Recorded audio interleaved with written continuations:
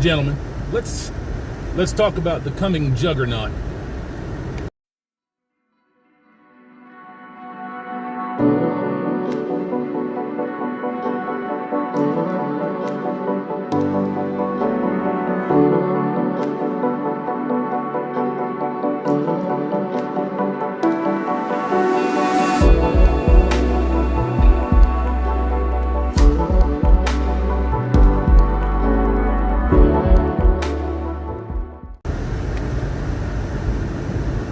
Good morning, good afternoon, good evening, gentlemen. Hammerhand, the MGTOW monk, back at you one more time. Yo, man, yo. You get the impression, at least I do, that when I look at the news or I listen to the rare time when I might catch a television broadcast, I see human beings scurrying. Now, I'm not saying that they're terrified or afraid. They can't be, not really. There's only a few of them out here on the very sharp end of the culture that understand what's going on. You see them all the time. We call them chameleons. We call them trad cons. And they're people that are somewhat self-aware. The chameleons and the trad cons, whether that's a man or a woman. Typically it's a woman. Somebody trying to snuggle up to you by agreeing with your statements and your sentiments and talking about how feminism is so awful and it's terrible. Oh, and you know, once we got the vote, it was all good. And these are people that are taking talking points and parroting the talking points. The coming Juggernaut is not something like MGTOW. It's not. The coming Juggernaut is the realization that the creation of things like MGTOW is going to take away everything that they've got. MGTOW has not reached critical mass. When you can look across the world and you can see birth rates plummet everywhere, not just in Western countries, but everywhere, then MGTOW or something like MGTOW will have reached critical mass. When you see women being ejected from your ruling and governing bodies, then MGTOW will have reached critical mass. That understanding only comes with a mass awakening, a mass awareness of what's going on. And we're getting there. It's not that long. It's not that far off. Gang, it's on the way. And we'll tell you that right now. I have never in my life, and I grew up in what I consider to be two of the best decades ever. The 70s and the 80s. And I have never seen women as miserable as they are today. At least back then they had places to go, people to bang, things to do. The fuckery was running rampant. It was all over the place. Sexual liberation, female empowerment. Now you have scumbags like that idiot Cardi B and that other stupid fuck that she runs around with on that new WAP single or album or whatever it is. I'm not going to bother to repeat the acronym because it just doesn't make any sense. But these people represent females because that's what females have chosen. You see, now that's not the only thing that they chose. They chose to sit back while positive representation in their communities, be it black, white, or female, any and all, they chose to sit back while good influences like, say, Anita Baker, Natalie Cole,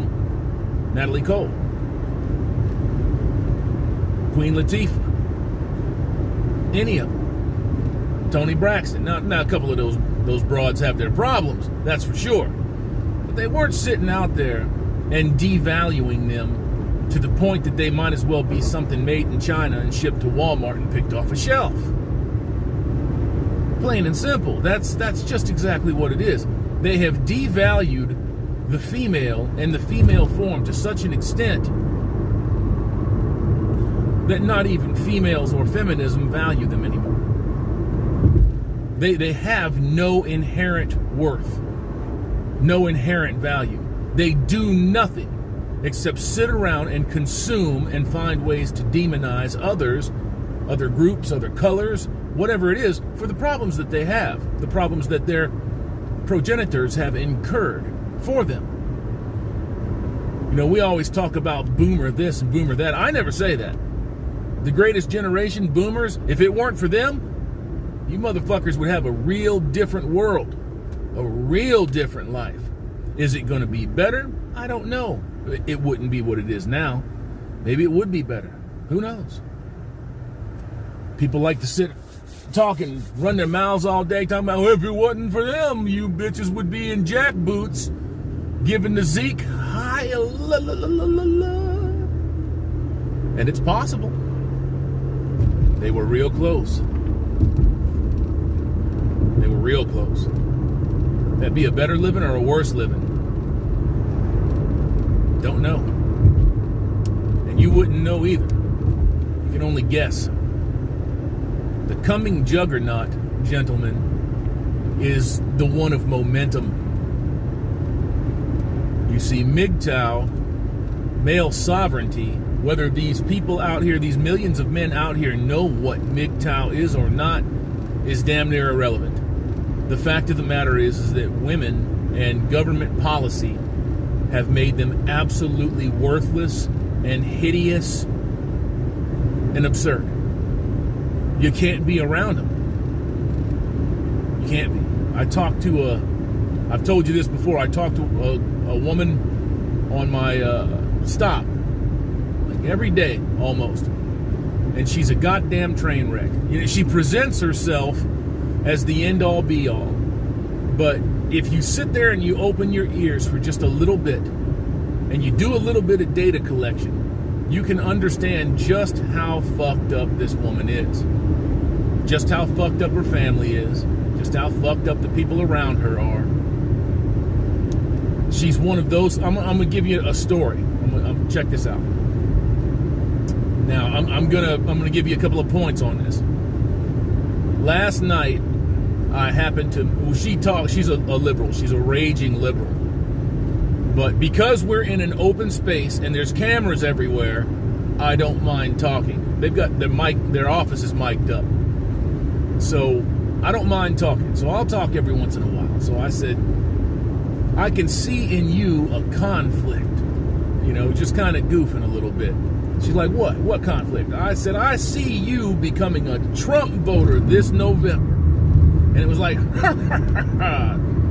you know, and she kind of chuckled a little bit. And I says, you can't seriously expect that you're going to have that skeleton of a man. This guy doesn't know what fucking decade he's in, and you're going to vote for him? She says, no, I'm going to vote myself in. And I'm going to write myself in, and I'm going to waste my vote, basically, is what she said. And there's a lot of people that do that. They waste their goddamn vote.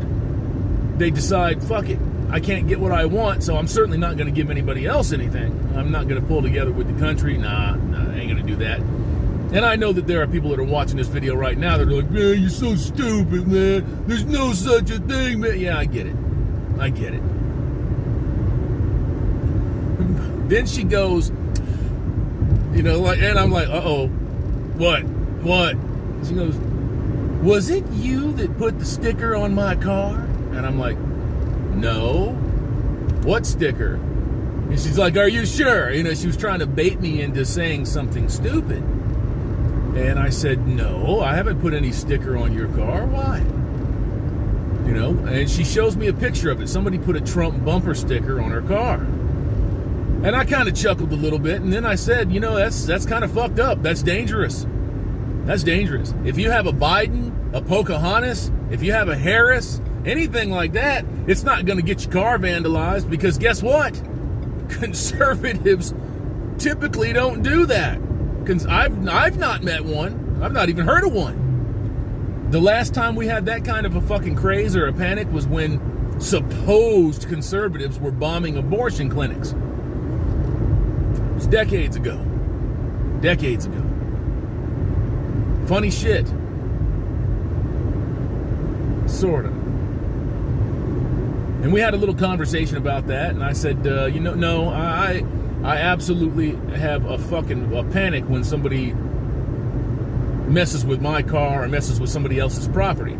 I realized that it was a joke. She went all the way to the company heads in another state to get somebody found out. They issued a scathing public company-wide memorandum on putting political statements on other people's vehicles. This fucking ridiculous. It's a bumper sticker. It's a bumper sticker. Don't fuck with other people's property. Right? I agree. 100%.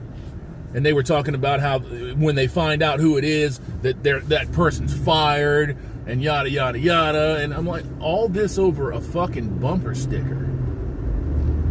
So you know she's an absolute raging fucking liberal. Raging liberal. But I can still sit down and have a conversation with her. But she keeps her cards very close to her vest. And you could tell the entire time that I was talking to her. The entire time. If you pay attention. She's not rolling her eyes. She's not being dismissive. She is actually listening. And she's normal now. That's the norm now. Because they don't understand what's happening. They don't understand what's going on. That is the coming juggernaut. This is going to be in operation long after Donald Trump leaves office. This isn't about Donald Trump, folks. It's not. It's about suppression. It's about oppression. That's the coming juggernaut. We have a huge cultural shift underway. And it's going to take a decade to sweep these remnants out of public view, out of society. I know some folks are going to say, they're going to be like, why are you going to take that chance, man? Why are you going to sit around and talk to a liberal? You know what kind of people they are. Like I said, we're well covered. The office is mic'd up. I'm not alone with her. We're out in a public setting. There's cameras everywhere. So she could say anything that she wants. It won't go far. But that's the difference between their side of the culture and where most other people are not. That is the coming juggernaut. All you have to do is look at the bullshit this time around with these unironically named anti-fascists and burn, loot, murder. All you got to do is look at that, and these motherfuckers are getting their asses kicked. They're getting fucking run over. They're getting shot. People are not putting up with this shit anymore. The average person out here just wants to live. They want to make some fucking bread. They want to stack some green. They want to be okay. What's wrong with that? When you've got a megaphone and you're pumping propaganda into people's faces 24 hours a day, 7 days a week, forever, it's only going to have one of a couple effects. And right now we're seeing one of them. People ain't buying it. These people know in their heart of hearts that they're not what these other fuckers are calling them. And swearing on a stack of Bibles that they don't believe in anyways, that they are. We're seeing that cultural shift. How does that affect men? How does the coming juggernaut affect men? That's going to be the $64 question. How does this affect men? Well, it's going to affect you in certain ways. Some that you have not foreseen. The sexual apocalypse that we are just starting to undertake. Now, it hasn't gotten where everybody's talking about, and I'm guilty of this too. I talk about cratering marriage rates, cratering birth rates, these institutions that prop up marriage and boyfriends and all of that horse shit, how they're collapsing, right? You have not begun to see what a real collapse looks like.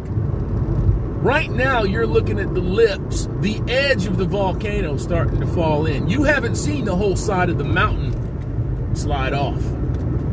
But it's coming. It's coming. And it's typically going to come, in my opinion, it's going to come with the mass import of people to keep corporations going. You think you've seen mass imports in Europe? You ain't seen shit yet.